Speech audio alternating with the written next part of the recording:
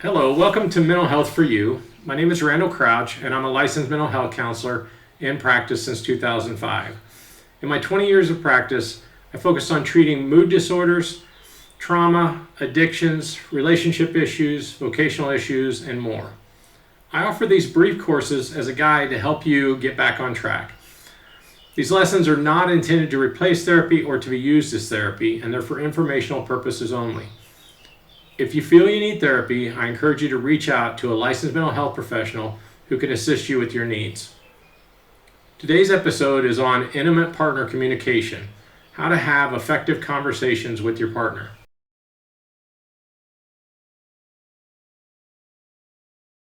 We're going to cover the following topics: relaxation, assuming versus clarifying, active listening, respect, consideration, how to disagree and still be civil, and what to do when talking doesn't work. What is an intimate partner? An intimate partner is a husband, wife, boyfriend, girlfriend, or life partner. This course covers communication techniques between heterosexual and homosexual couples. Communication in polyamorous relationships can be more complex and typically needs to be more transparent.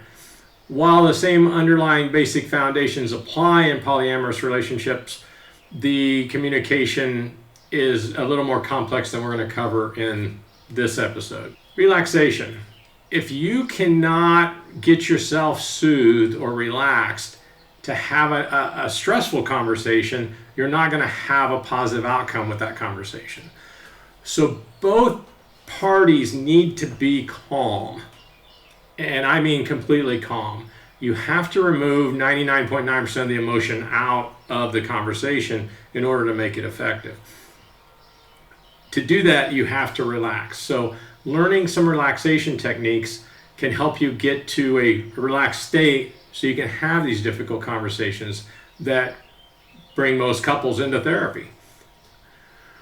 There are many relaxation techniques. I'm going to go over a few here. We're going to just do a simple breathe in, breathe out.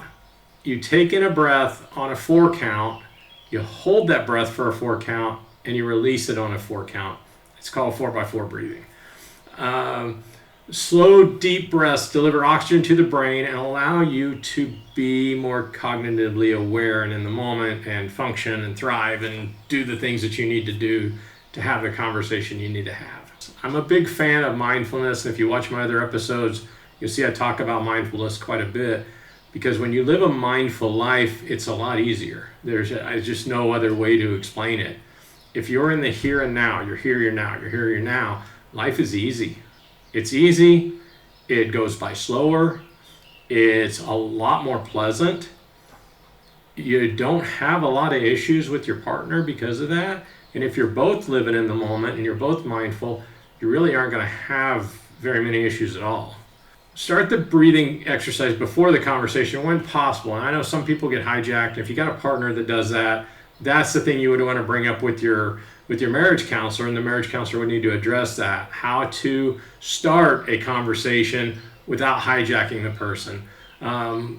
The easiest way to do it is, honey, I've got something we need to talk about. You're not in trouble or anything like that if you want to go that route, but you kind of clarify, when you have time, let's talk about that. More likely than not, because humans are desperately curious, I got time now, let's do it. So take your breaths, get yourself calm when you know that's coming, okay? If you get ambushed, take your time and listen, and we're going to talk about active listening. Just listen, and then let your partner know, let me process what you're telling me, and then go get yourself calm. Utilize the 5th habit. The 7 Habits of Highly Effective People by Frank Covey states that the 5th habit is to seek first, then to be understood. And we're going to talk about that a little more in active listening, because that's part of it. It means shut your mouth and open your ears during a conversation. Don't interrupt, make faces, roll your eyes, do anything passive, aggressive, or aggressive. But you also have to know when to walk away. Assuming versus clarifying. This is the thing that gets most couples in trouble, is that they're making assumptions. And we do it in most humans do this in our day-to-day conversations with people, we're making little assumptions, whether they're macro assumptions or micro assumptions. We're making those assumptions. A lot of it's based on our ability to read body language, but sometimes the emotion will control the body language and the logic's trying to control the words. So we assume that what the person is saying is false or it doesn't match their body language. And sometimes that's right. It's a deceptive thing, but sometimes it's not. If we clarify, we can eliminate our own personal doubt about that. So when in doubt, ask. Help me understand what you meant by. I'm sorry, I didn't understand that. What I heard you say was. We can do lots of different things to clarify what's going on. Make sure your communication is clear, concise, and easily understood. One of the habits I got into as a counselor is I ask my clients regularly, probably 50 times throughout the session, do you understand what I'm saying? Does this make sense? Because a lot of times something will make sense in your brain, but when you make it vocal, it may not make sense to the other person, and sometimes it doesn't even make sense to you. And when that happens, you clarify, and you've been there, you know what I mean. It happens. You're like, oh, no, that's not what I meant. Hang on, how'd that come out like that? And you're fixing it. Utilize active listening techniques and always show respect to each other.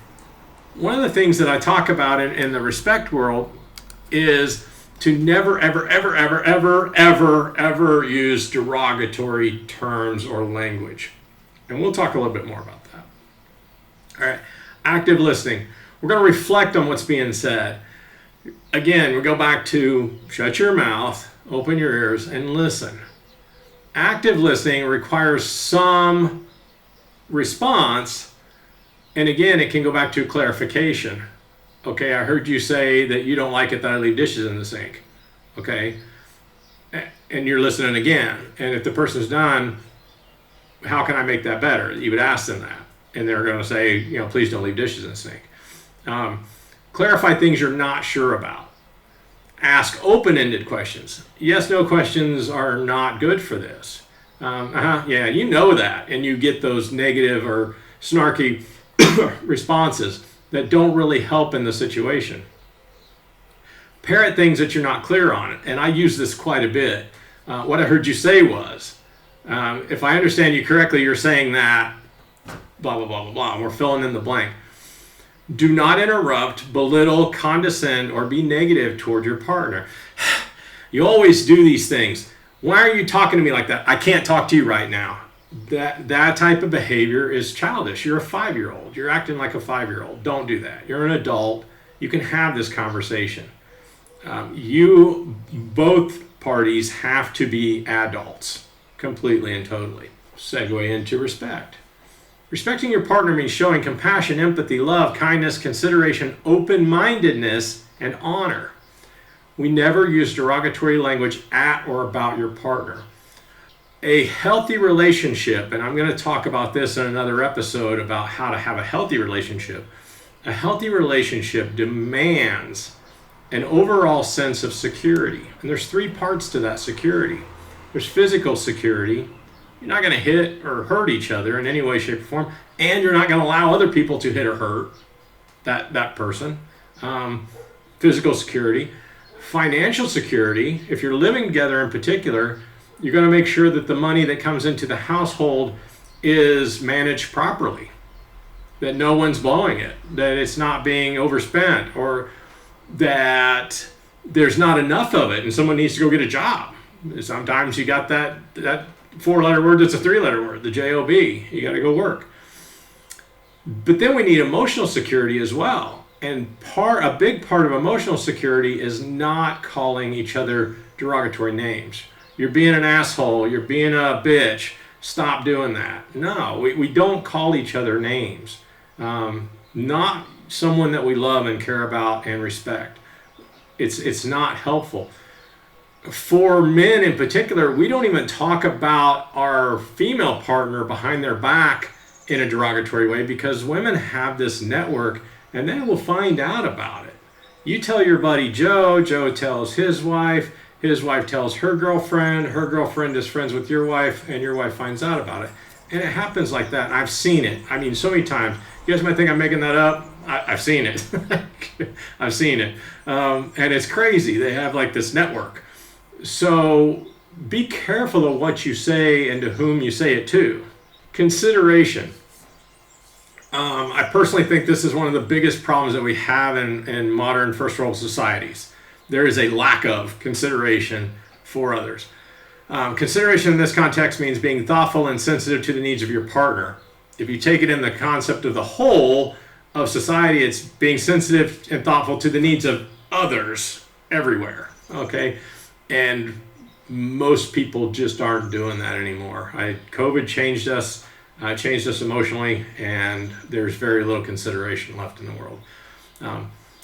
This means we take the time to understand our partner's perspective and formulate our response accordingly.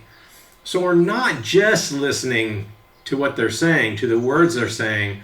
We're trying to put ourselves in their shoes and understand how it makes them feel, what it's making them think, and be able to formulate a response based on that.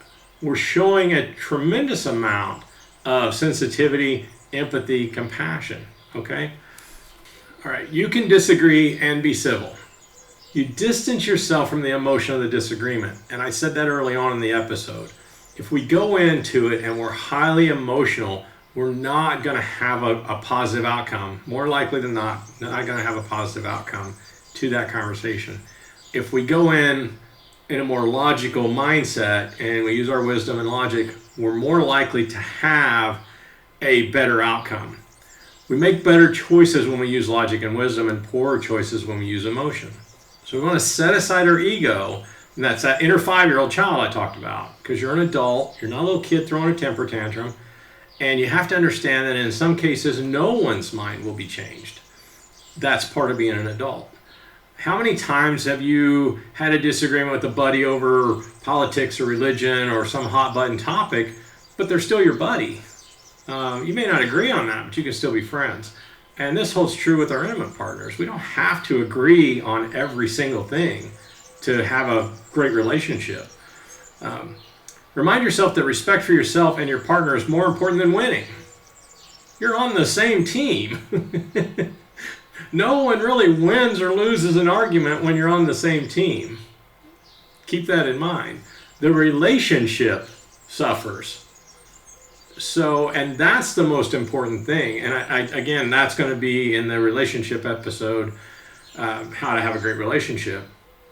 Some couples get so focused on the me in the relationship, and they don't see the us in the relationship, and the relationship fails. Recognize when there's a stalemate and agree to move on. And this is on both of you. Again, it's not just one person that says, okay, I understand, we're not going to agree on this, let's move on, and the other person tries to beat a dead horse. Stop. You cannot make someone change their mind. They have to be able to do that on their own. Keep that in mind. And a lot of times these battles are not worth it. All right, and finally, what to do when talking doesn't work. So one of the things I have couples do that really works well, and they really like it, is implement a marriage journal. And we write about it instead of talking about it. A lot of times if we write things out, we have to think about how this is going to be conveyed to other people.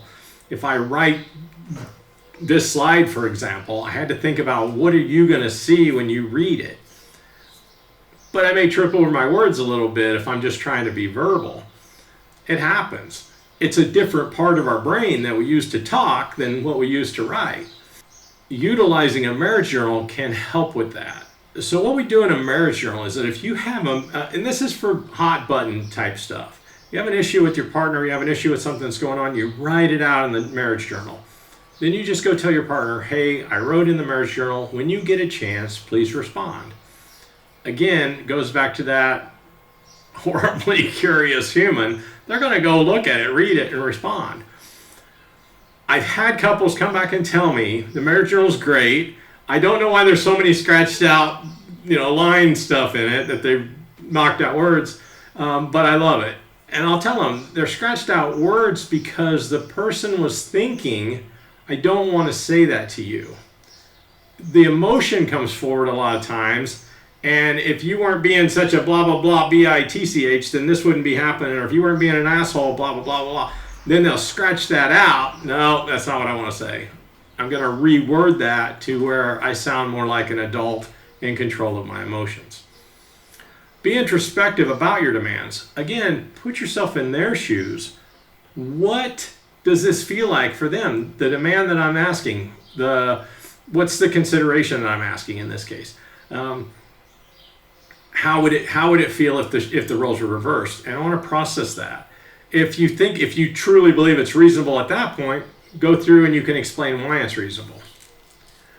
Check your stress levels. You got to keep managing your stress levels, okay?